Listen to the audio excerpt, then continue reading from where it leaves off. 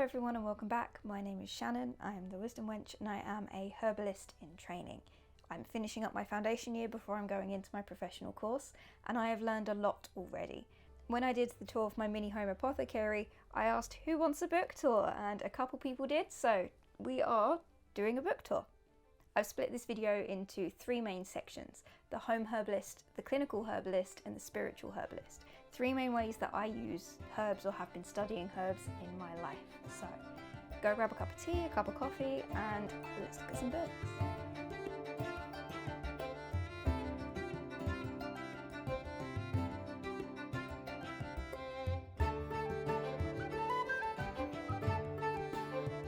The first category I'm going to go over is the home herbalist. I see the home herbalist as someone who wants to treat themselves, friends, family and immediate community. They may not be looking for strangers to walk through their door or offering their services widely to the population. You might be looking to focus in on learning a lot in your immediate community. I started as the home herbalist, so the books I'm going to show you now are some of my first ones. Then we will move into clinical herbalism and then the spiritual side of herbalism. You're going to see that a lot of these categories do blend together. There is no binary, you can use this, you can't use that. It's a very, very fluid thing to study. So all of these are just ideas. You can go anywhere with this and you can choose to incorporate some elements and maybe not others. It's completely up to you. So the most obvious thing for home herbalists to start looking at is recipe books. How you can start learning and making things straight away. I've had quite a few over the years. I have given away ones that don't really work for me or I didn't enjoy as much. And I have a few that I really, really love and hold on to and I still like making their recipes. So this one is Herbal Revolution. It's got a lot of really good information about not just herbalism overall, but the herbal industry, the wellness industry. And it's got a lot of really easy to understand recipes for really specific things or ones that are a little more general for wellness. But what I do love about this book in particular, it creates recipes for emotional well-being as well, not just physical health. So things that you can give as a gift for people that are hurting in ways that aren't just physical. And I really love that about this book. The second kind of more recipe side of book that I really like and I think is amazing for anyone who wants to start herbalism and isn't sure where they want to go is the Handmade Apothecary Healing Herbal Remedies by Vicky, Chown and Kim Walker. This one goes into the body systems as well and why you might want to use certain things for your heart, why you want to use certain things for your liver, for example. It does talk about foresting and storage as well, which I really, really like. It also has recipes for kind of more food-based things as well. So this also goes over pastilles and syrups and honeys. It is just a fantastic book for someone who is looking at dabbling in herbalism but not sure where to go. The next one is the Herbal Remedies Handbook. This is a DK one. It's a really, really good book for if you really want to look specific in depth at a plant and what it does and why. It does have things at the beginning like how to create a herbal first aid kit, which is something I'm really interested in. It's a really good little reference book that doesn't go too heavy into the science, but enough so that you actually know what it's trying to say. It's very accessible language, it's very easy to use. It's a really good quick reference guide. One of the first books I had and still actually have, because I did get rid of a lot of my first books, is this one by Landon called Superherbs. And this was probably the first time I'd ever heard the word adaptogen used. It's not necessarily one that I would buy now with my current knowledge and where I'm going with herbalism, but if you are completely brand new starting out or you want to dabble in herbalism in a way that is with very accessible language, this is a really good book. Looks very much into like the idea of superfoods and the superherbs this way. I like that it goes into like DIY beauty as well, which is quite fun. It's a really good, very easy way, very accessible way to start herbalism. So this would be quite a good book for someone who might be absolutely brand new, is like, oh, I think I want to try making my own tea. This would be a lovely gift for them for example, if they're like tiptoeing on the edge of herbalism. One of the things we learn when we're entering into herbalism is about folklore and plants. Everyone's got their own folklore around plants, and it is a really good thing to look into and to start learning, because it gives you an idea of not just the history of the plant and why it was used, but how we associate with the plant, our sociology with the plant and our history with the plant. For that, I recommend this book. It's quite a chunky one, but it's one that you don't need to read cover to cover. You can kind of pick it up, read a little section and put it down. Vickery's Folk Flora.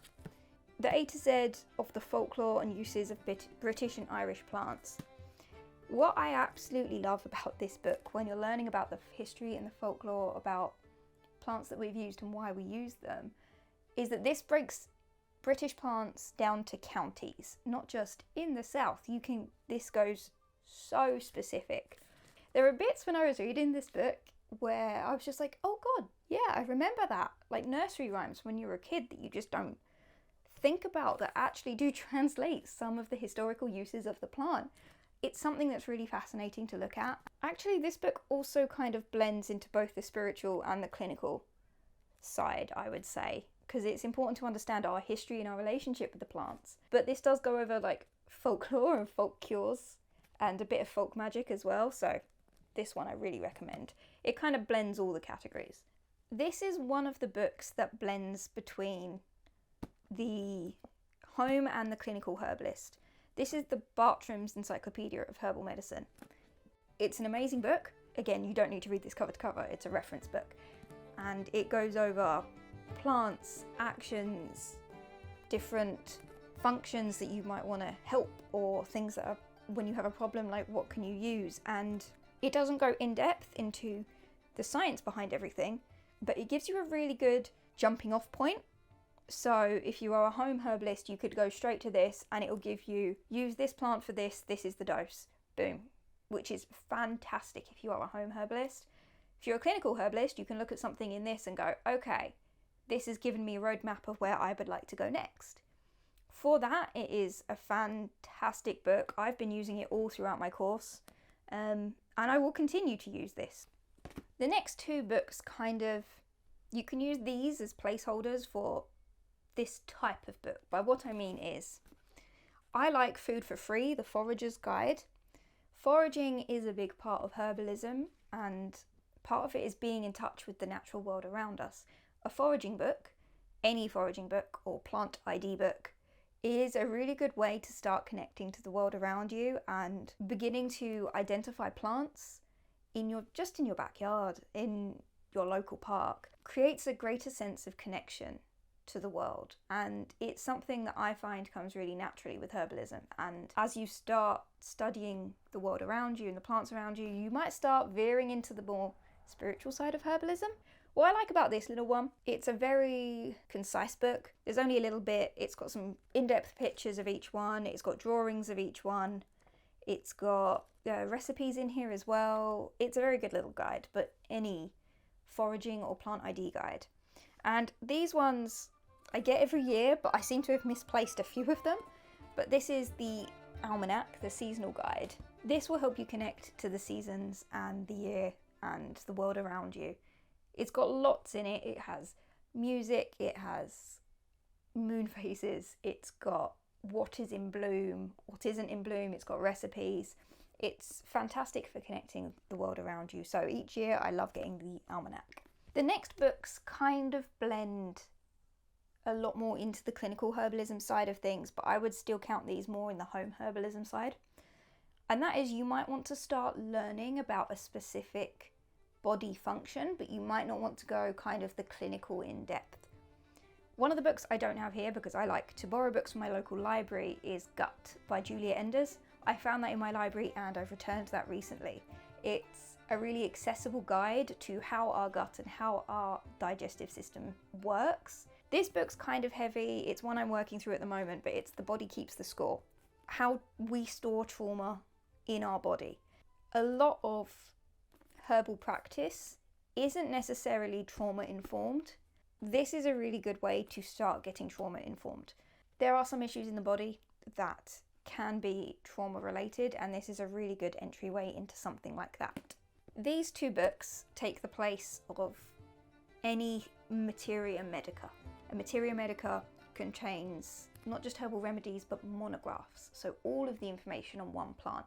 Monographs can be incredibly varied. The Teeth of the Lion, the story behind the beloved and despised dandelion.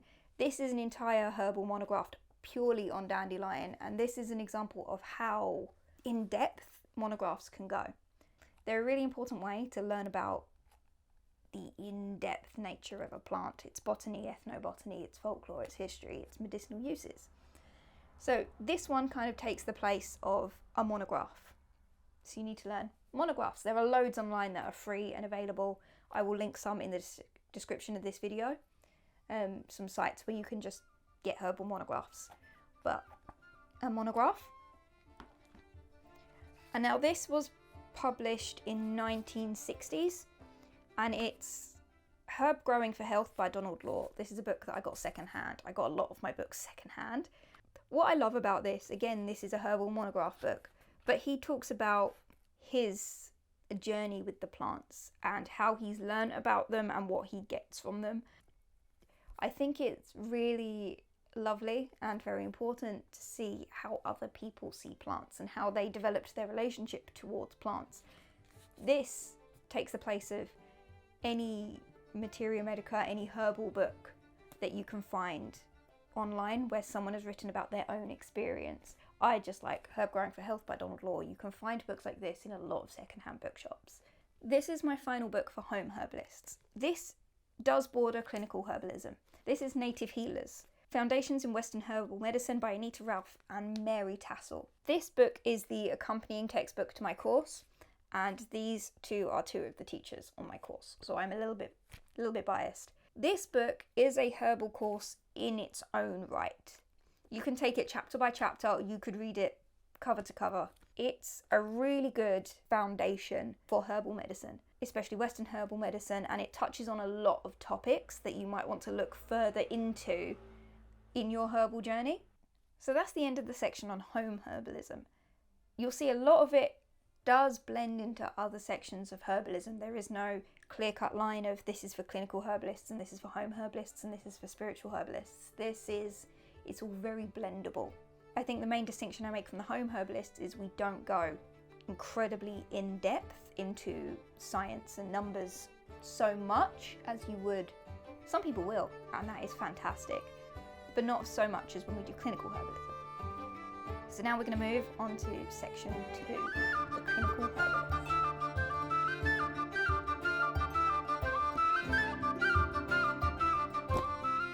Here we are, clinical herbalism. So the main difference I see with clinical herbalism is this is more going in depth in the science, bodily functions, and what it is that you're targeting.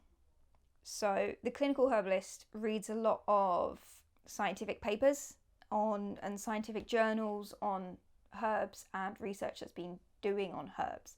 This isn't to say that the home herbalist doesn't. More than likely home herbalists will, but this is you are reading a larger percentage of them. I managed to get some books on my local free cycle page. Someone was giving away medical textbooks. I managed to grab a few of them, and these have been really helpful for me. A much deeper understanding of systems in the body, how they work and how we need to treat them. So the first one, this is Pathophysiology, the biologic basis for disease in adults and children. This is chunky. Again, I don't read it to cover. This is an out-of-date textbook, and I don't mind that so much because I am only in my foundation year of herbalism, moving into my clinical year, and this helps me get a greater understanding of what is happening in the body. One of the main differences with the clinical herbalist is being able to use a lot of medical language, especially if you're you might liaise with a client and their doctor, you might work in part of a team. So being able to understand the language that they are using and use it yourself correctly is incredibly important. So what I've been doing is when I come across something in my course, I look it up in one of these books and try and learn a little bit more about it. And this can take the place of any textbook, any medical textbook. Again, from a charity shop is a really good way to start without spending a lot of money. Another one I got is Pathology Illustrated. Again, this is about disease and how disease spreads and how it affects the body. What I really like it is I can look up, so for example, hematology laboratory tests, and it tells me what the different numbers that come up on a test mean that I'm not going to understand otherwise. And then the third one I got was immunology. So this is something that I wanted to learn a lot more about, and again, I use it as a reference book and I read a little bit about it when I need to. And when I've understood a bit more about it, I can then go onto the internet and read something that's a bit more updated, but then I understand the language around it. So these 3 books take the place of medical textbooks. It doesn't have to be really in depth, but something that gets you understanding the language around medicine, doctors, and that kind of environment, so that you can communicate not just for yourself but for any clients that you might be seeing later on. The next thing I look at a lot more in depth is botany. So in home herbalism, you will go over basic botany when you're out foraging or you're identifying plants. But I managed to find, again, charity shop, botany, plant biology and its relation to human affairs. Because when you're on a bit more of the clinical side, you're learning about all of the chemicals in the plants, what it is that they do and how those will benefit us. Learning a lot more in depth about botany is really going to help. You'll also need to learn a lot more in depth about human anatomy. There are lots of anatomy books out there. I like the yoga anatomy book, anatomic illustrations about the muscles that are being activated in every pose, and being able to make my learning more active has really helped me. So I can read this while I'm going through the poses and I'm learning what the muscles are that are being activated as I'm doing it, and I find that sticks a lot better for me. This one blends in with the home herbalism. It's not as in-depth scientific as these ones. It's very accessible, and that's Taking Charge of Your Fertility, The Definitive Guide to Pregnancy Achievement, Natural Birth Control and Reproductive Health. I learned more about reproductive health from this book than I learned in school. It's accessible, the language is easy to understand, and it has diagrams and pictures. It really is a reproductive education in a book. Understanding reproductive health is an important part of being able to treat people one day. I got it years ago to use it for its period tracking because mine were wacky, and now they've settled down, but this helps you figure out where you are, what the 4 stages of your period, where are you in it. This goes over all reproductive health for everyone. So this is a fantastic book. It does border with the home herbalist. It's very accessible, but I put it in clinical herbalism more for not everyone is going to want to learn really in depth about their reproductive system, but those that do, this is a great book. Another book that I've put in here is this one, Ecotherapy, Theory, Research and Practice. This is more of a psychological basis to ecotherapy, and ecotherapy is how you use the outdoors and being outside and the sun and the plants to aid in mental well-being and recovery. It's about our psychological relationship with nature and how it has benefited us and how it does continue to benefit us, and this is for the practicing psychologist. That's why I've put it more in the clinical side, because it does use a lot of very clinical language. But as herbalists and as our relationship with the natural world is a bit more fluid than how most people see the natural world, being able to not just treat yourself with ecotherapy but guide possible clients towards it is something that's incredibly valuable, and I love this book for that. I've gone with another one for clinical side of things is Herbal Medication, a Clinical and Dispensary Handbook. This is much more for the clinical herbalists than the home herbalists. A lot of very clinical language, a lot of dosage. It's a reference book, it's not a read it cover to cover kind of thing, but it has a lot of information in here. It goes over the specific agents within plants. So say you open this book and it tells you this is a nervine, and it will go over a little bit about that. This will go, this is what a nervine is, this is what a nervine dance, these are plants with the botanical name, these are the exact constituents within said plants, these are the dosage. It's incredibly valuable for anyone who wants to be a clinical herbalist. I've got the Tincture Maker's Cheat Sheet, a pocket reference for tincture makers and herbalists by David Monks. The home herbalist can also use this book. It's not just for clinical herbalists. However, I don't think I would have been able to read this book when I was kind of more just in the home herbalism side of things. It's a lot of tables with a lot of numbers, and it's only in the last few months would I say that I can fully understand them.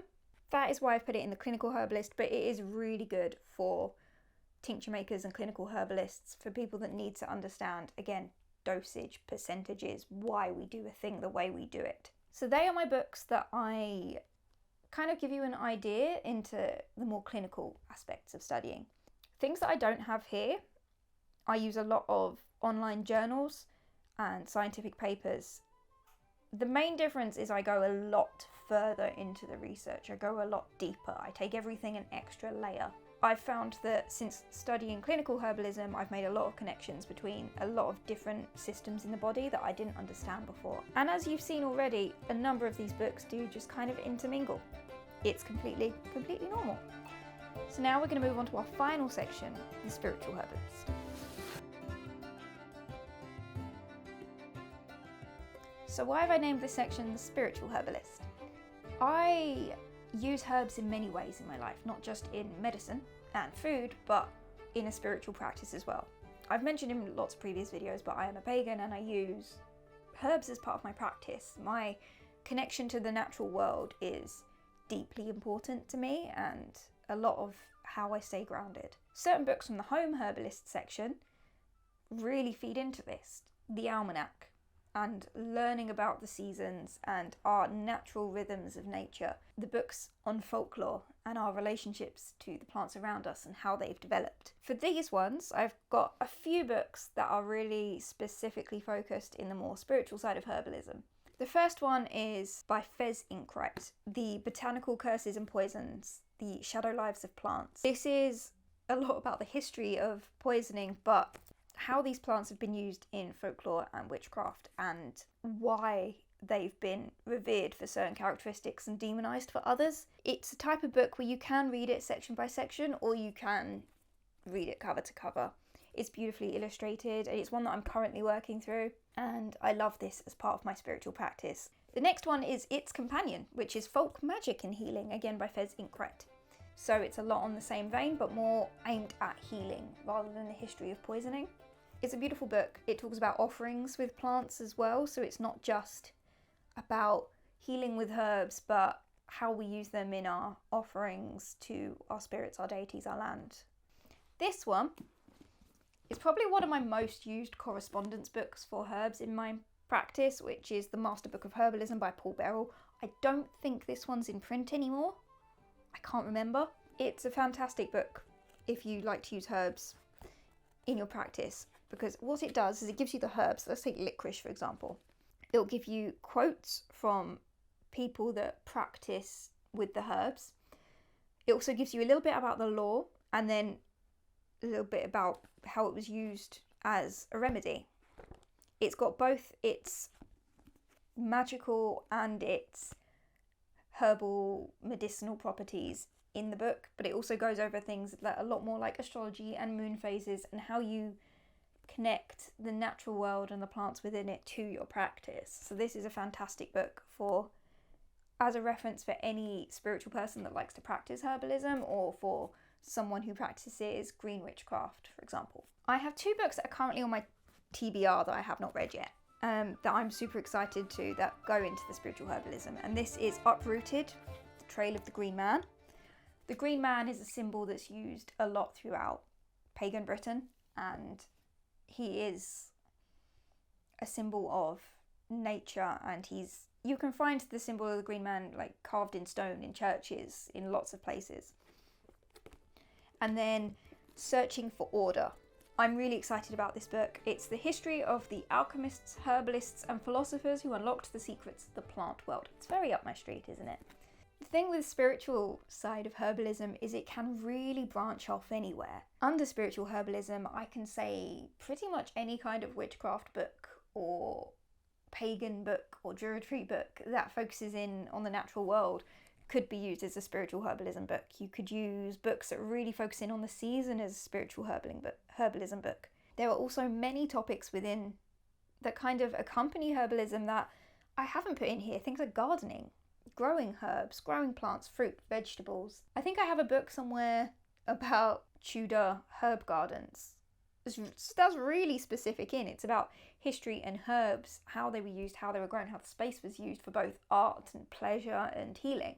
Herbalism and our relationship with the natural world feeds into so many different areas.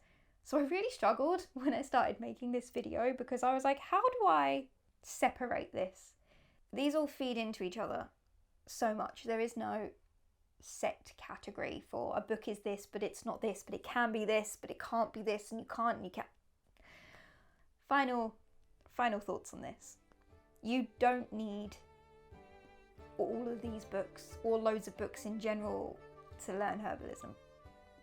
You don't need to buy any books. A lot of libraries have a lot of books. I've borrowed as much as I can, and I still borrow books from the local library. It supports the library, which supports initiatives to help the community. A lot of libraries also help with things like homelessness and helping people look for jobs. So if you can, go sign up for a library card, even if you don't use it, because it does help your local libraries, which does in turn help your wider community. No amount of reading about plants will overshadow the true value you get from practicing with them. The spiritual connection you get from plants by interacting with them, by building a relationship with them, by growing them from a seedling. YouTube channels. There are lots of fantastic YouTube channels run by herbalists that have been practicing for longer than I've been alive. I'm going to link some amazing herbalists in my video description as well. Channels that I absolutely love, things that I love to learn from as well. The main thing I hope you get from this is a bit of a look about what a herbalist in training is looking at. I'm excited to see how this develops. I might make another one of these in a year or so and see where I'm at, see if anything's changed. Thank you for being here with me today. Please put in the description any books that you have that you love. I want to get a whole thread of just herbal books going. Spiritual, clinical, home herbalism, anything like that. Let's create a little library just within the comments. It will be amazing. Thank you so much for being here. Thank you for being on this journey with me, as always. Please like this video. Please comment. I really love hearing from you all. Subscribe if you feel called to, and I will see you in the next video. Thank you so much for being here. Goodbye, everyone.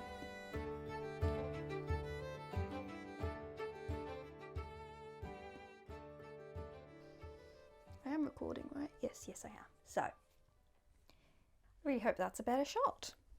I really hope this doesn't sound awful. Okie dokie, here we go. This is a really, really good book. It's got a lot of information about herbalism. Of course it does, Shannon. This is native healing.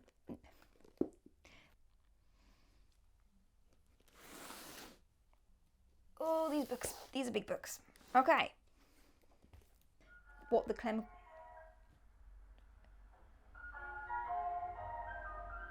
Could you hear the ice cream van? Is it gone? Okay. Being able to say, hi, go sit in the sun. Set cat... There's a fly.